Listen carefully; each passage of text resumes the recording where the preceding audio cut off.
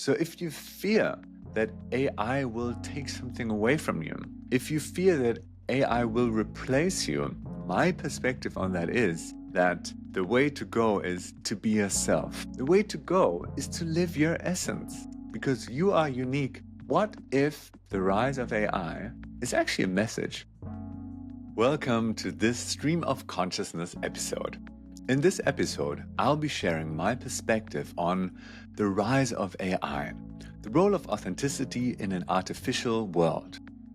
I find this topic extremely fascinating, everything around artificial intelligence, with all the challenges that it brings, with all the benefits that it might bring, and especially how that connects with living your essence, living your truth, and being authentic. So I'm really looking forward to this episode, and let's get started.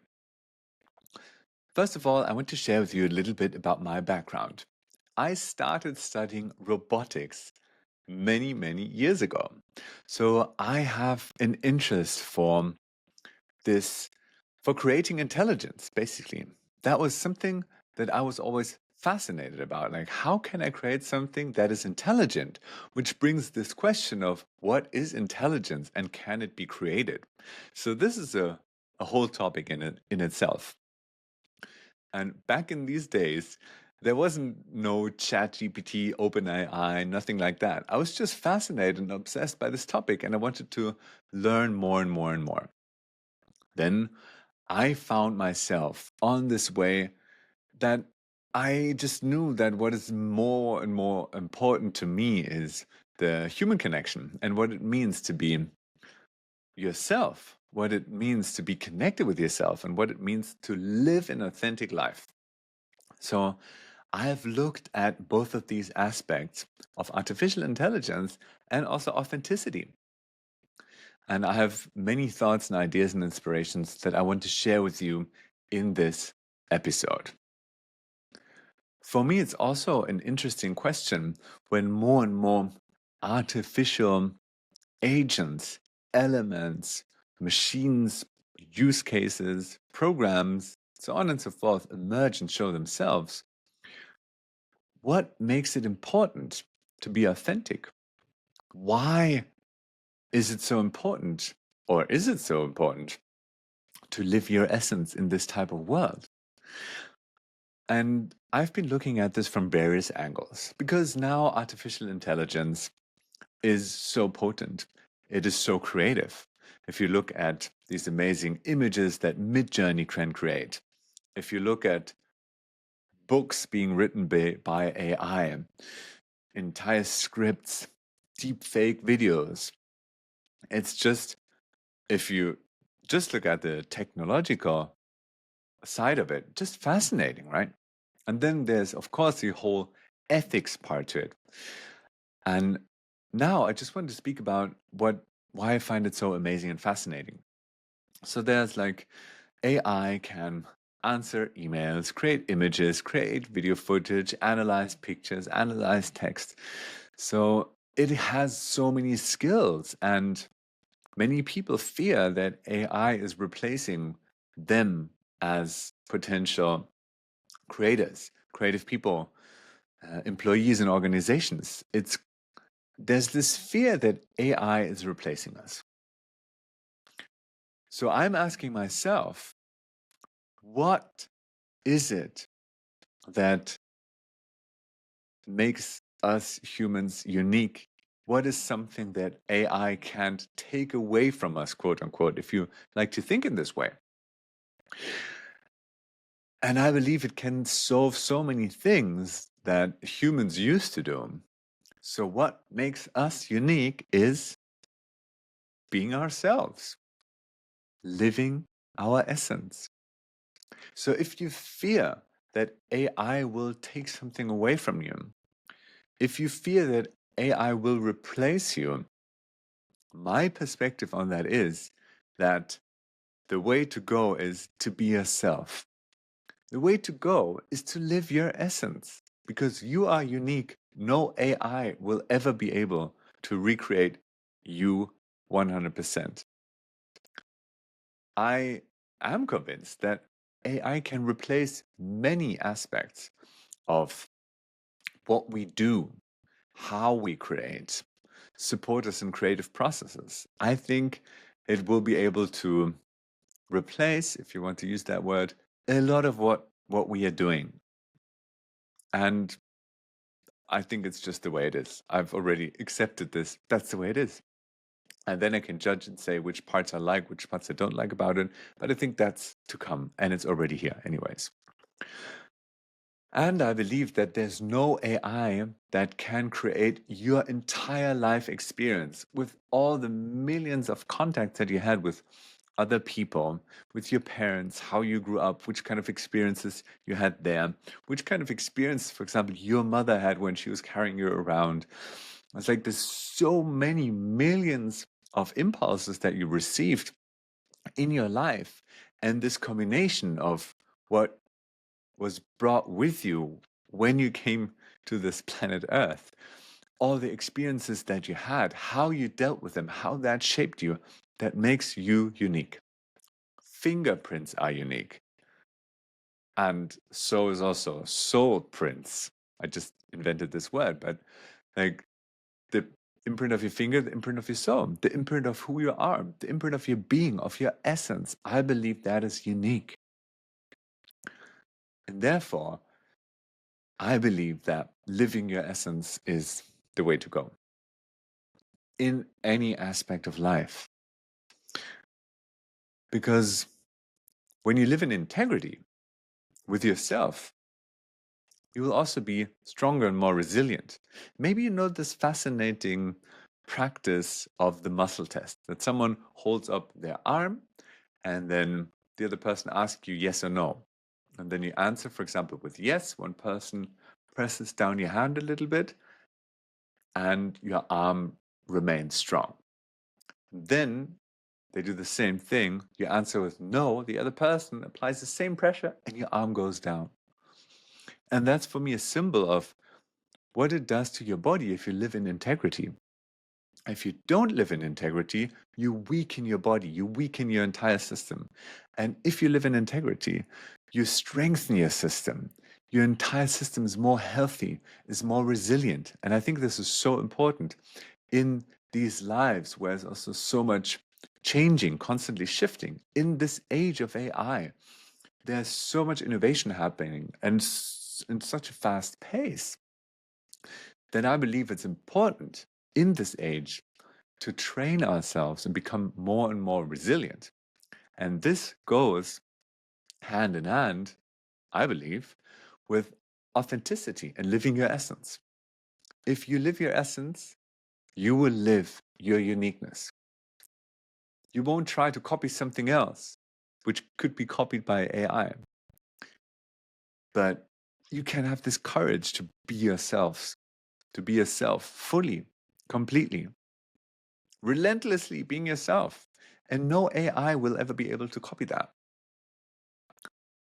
So this is my invitation for you. And I just want from the bottom of my heart a world where people are themselves, express themselves freely, openly, shine their light freely and unapologetically.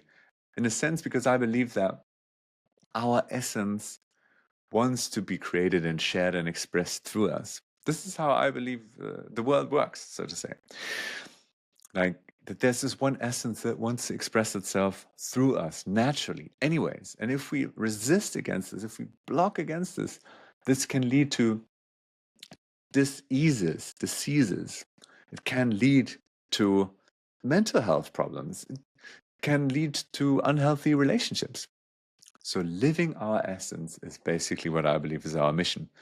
And I find it so fascinating when I look at AI. Then this thought comes up of what if AI came now to this planet, not as an alien or something, but as an impulse? What if the rise of AI is actually a message to the world? And I like to think about things these ways.